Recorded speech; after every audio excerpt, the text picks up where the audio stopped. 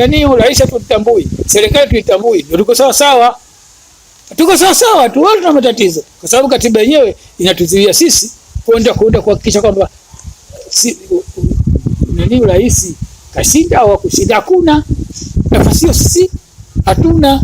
Kama hatuna, na wewe tushaambiwa kwamba uchaguzi uko huru na wa haki, sio kidemokrasia na kila kitu, na sisi tunajua kwamba kweli uchaguzi sio wa haki, sio kidemokrasia, wanapeana tu kula na tia 100 na tumeziona wanataka kula 100 katika masanduku, alafu uongozi kweli uchaguzi sisi tunasema kwamba uchaguzi wa huru na haki, na kama si huru wa haki wale uchaguliwa hao hako sawa sawa, hako sawa sawa. Tuseme kumtii rais kwa sasa hivi, tukimtii sio kwa sababu ya urais, kwa sababu ya binadamu, ili nchi iwe na amani. Lakini hana sifa kuwa rais. Ulisikia wapi? Mimi nimeona kituo, kuna kituo nimekiona Kikole kule Kilwa kule, watu wamepiga kura, watu 33, matokeo mbunge anapata kura 300 wa CCM, diwani anapata kura 200 na wa CCM, lakini wale piga kura 30 ngapi? 33. Kuna kituo pale Kilwa Masoko wapiga kura 36, wale wapiga kura 30 ngapi? 30, kwa sababu watu walikubali ile no reform no election, walikubali watu wengi kuna kupiga kura 33. Matokeo jioni anaambiwa diwani wa pale kapata kura 250, mbunge kapata kura, rais kapata kura 300, 36 mpaka 300. Kweli kaka, useme uchaguzi wako kweli ulikuwa huru na haki, na kweli yule aliyeshinda huyu kweli kashinda kweli? Mimi naunga mkono kabisa kwamba iwepo serikali ya mpito, tufanye uchaguzi mwingine. Kama kilazimisha mtu mwenye dhuluma, mtu mwenye nguvu, nyonge ana haki mpaka mwenye nguvu ataki. Kwa mambo mzuri wakati ule. Na kama singeinguliwa, unaamini kama kwenda kuleta ushindani kwa Samia? Kama singeinguliwa katika mchakato, angekwenda kumshukuru katika changamoto Samia? Katika siasa kuna mambo mawili kwa ndugu yangu.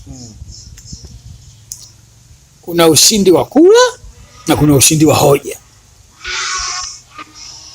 Unaweza wewe kugombea ubunge ukashindwa, lakini watu wote wakasema ana hoja yule. Unashindwa si kwa sababu tekniki ziko nyingi katika mambo ya uchaguzi, tekniki kama mpira, tekniki ziko nyingi. Yes, lakini utasema tumewafunga haya, lakini kwa hiyo Mpina angeleta ushindani. Kwanza angeleta ushindani zaidi ya wagombea wote wa upinzani. Hilo kweli, wangaliwazidi wote wale waliosimama. Kitu cha pili, hoja zake wangalizielewa sana watu. Wangalikuwa hawezi kumchagua pengine, lakini hoja zake sasa, ukiwa hoja mzuri watu wakasema hoja zile, kuna mambo mawili, basi chama kingelijengeka cha ACT kwa wakati mwingine kutokana na hoja. Pili, watu baadaye wangeweza kusema alisema Mpina haya, lakini hawa wagombea wengine hawezi kusema. Kwa hiyo Mpina angalishinda kwa hoja, lakini sio uchaguzi, na angeleta upinzani. Hiyo mimi naamini, na nimekwambia kuingia ACT ilikuwa sawa sawa, kwa sababu yule akutaka kushindana ya kupata urais. Yule akitaka kuwaonesha watu udhaifu wa CCM, watu wote waelewe.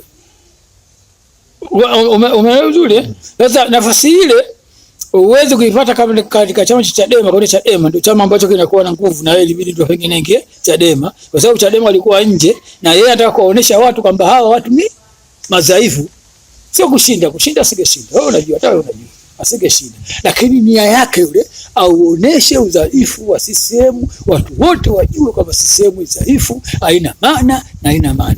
Na Tanzania wengi ndugu yangu wanaangalia nani kasema, sio nini kasema. Yale nikisema mimi na ukisema wewe, basi kwa kuwa wewe una ushawishi mkubwa, unaleka sana, basi yale wanakuunga mkono. Lakini mimi nikisema yale hata habari watu hawana. Kwa hiyo angalisema Mpina ni tofauti anavyosema yule mwalimu wa nini wa Chauma yule. Tofauti. Yes. Watu wangalimwamini sana Mpina. kwa sababu alikuwa waziri, anajua mambo ya serikali, anajua mambo ya CCM, anajua kila kitu na aliishi humo. Kwa hiyo alikuwa anamwamini sana, kama alikuwa anamwamini Polepole. Watu wengi Polepole walikuwa wanamwamini kwa sababu alikuwa ndani mule. Kwa hiyo watu wengi sana haya kweli. Na ndio maana CCM akampoteza kwa sababu alikuwa ana athiri. Kwa hiyo CCM walikataa Mpina sio sababu ya kushinda. Angaliwaugua. Umeelewa vizuri? Lakini angaliwaanika hivyo kaka, angaliwaanika wasilasi. Sasa angachanganyisha hata anayosema Mpina, anayosema Lema, anayesema Osman Masudi, akichanganisha CCM inazidi kuanguka. Kwa hiyo ndio maana akamzilia. Akaenda akachukua hao kina Mwalimu hao. Usalimia basi, hamna kitu. Kwa hiyo kwenda kule yule alikuwa hataki kushindana kutaka urais. Yule alikuwa kama angetaka kushindana yule angetaka ubunge. Na angalau tabu sana sisi. Umeelewa yule? Lakini yule angetaka kuanika sisi kwamba wana mali. Lakini kwa mimi ninavyoona.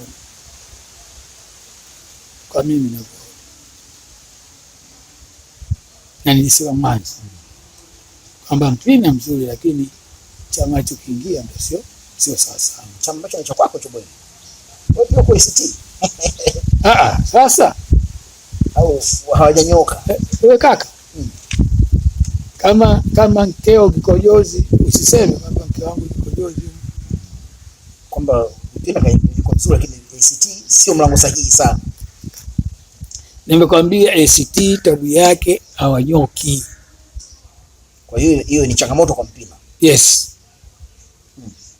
Kwamba Mpina watakwambia Mpina nzuri, lakini gari ulioingia hiyo bovu. Umeelewa vile kwamba wewe Mpina, wewe dereva mzuri, lakini gari una. Sasa mimi nia yangu kwamba tuwe na gari moja tu. Kwa wapinzani tuwe na gari moja tu. Kwa na CCM. Kwa wachezaji wote, viungo vyote, wafungaji wote waje Chadema tu sasa hivi. Ndio hivyo kaka, asikudanganye mtu. Ndio maana Zanzibar wanafaulu kule. Wote walikuwa kafu. Wazuri wote, viungo vyote vilikuwa kafu. Walipoingia CT, viungo vyote vilikuwa wapi? ACT. Ndio wana kule zote kuna upinzani. Huku tumegawanyishwa. Kafa Mwalimu Seif. Wote. Wewe angalia tu kina Jusa, akina Mazrui, akina nani Masudi wote. Wapinzani wa kweli wenye nguvu wale. Wako ACT na mwanzo walikuwa kafu. Wao wanaamua kabisa kwamba Wazanzibar chama chetu cha upinzani nini? Kafu. Wakaingia kafu wote.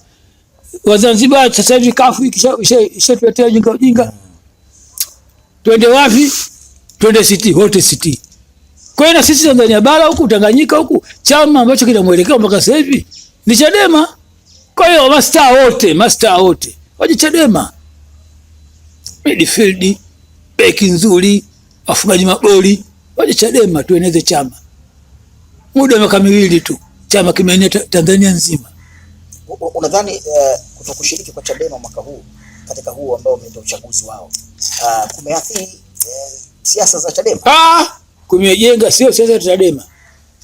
Imejenga siasa Tanzania nzima. Ile neno lao lisimamia. Limejenga siasa za upinzani Tanzania nzima. Wasikilize hao walioshiriki. Wao umesikia cha wanasema sasa. Wamesema wametoa tamko gani? Wakisema uchaguzi sio haki na usio na haki, wao ndio walioshiriki. Wakisema Samia tu hatumtaki, ndio walikuwa wanawasaidia kampeni. Watasema nini hao? Lakini CCM wamefanya mabaya. Mimi nitegemea CCM mwaka huu kwa kuwa hana ushindani mkubwa, angalisimamia uchaguzi wa haki ili waseme sasa. Chadema mmetoka ule uchaguzi simeona huru na haki, wangesema walikuwa na shida tu. Lakini bahati mbaya Mwenyezi Mungu anasema sikio la kufa lisiki dawa. Ndio wamefanya vibaya kuliko miaka yote. Umeelewa vizuri?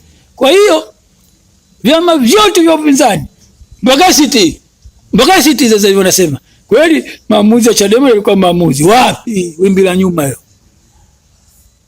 Kwa hiyo Chadema Mungu awajalie, na ndio maana sasa hivi CCM wanafanya kitu kimoja tu, wafanye kila hali Chadema waifute. Ndio mpango uliokuwa nao, wanafanya mbinu zote kaka, mbinu zote Chadema waifute, mara wasifanye kazi, mara wasifanye mikutano, wala viongozi wakamatwe, mara watu wanatiwa ndani ili Chadema izofike. Lakini Chadema siku ya kusema kwamba mahakamani kuanzia sasa hivi imeruhusiwa kufanya siasa, wala ndio vijijini. Umesikia kaka? Viongozi wote ndio vijijini. Huko vijijini kwa tayari wote wako Chadema, wote wako Chadema. Hata ukimsikia tu mikafu, mimi ACT, wote wako Chadema, wote. Hivyo ninavyokuambia. Mimi sasa hivi ninavyokuambia, kuna viongozi 6 wakubwa wa chama cha CUF. Wanakuambia tunakungoja Wege tu. Tunakungoja Wege tu kiingia Chadema na sisi huko. 6. Tunakungoja Wege tu. Wewe utoke ACT na sisi tutoke CUF, Kilwa kwa chama hiki kimoja Chadema. Leo hivi mimi ningesema ningeingia Chadema leo, basi na hao 6 viongozi wakubwa wa chama cha CUF wote wanaingia Chadema. Nani? Chadema. Wanangoja mimi tu.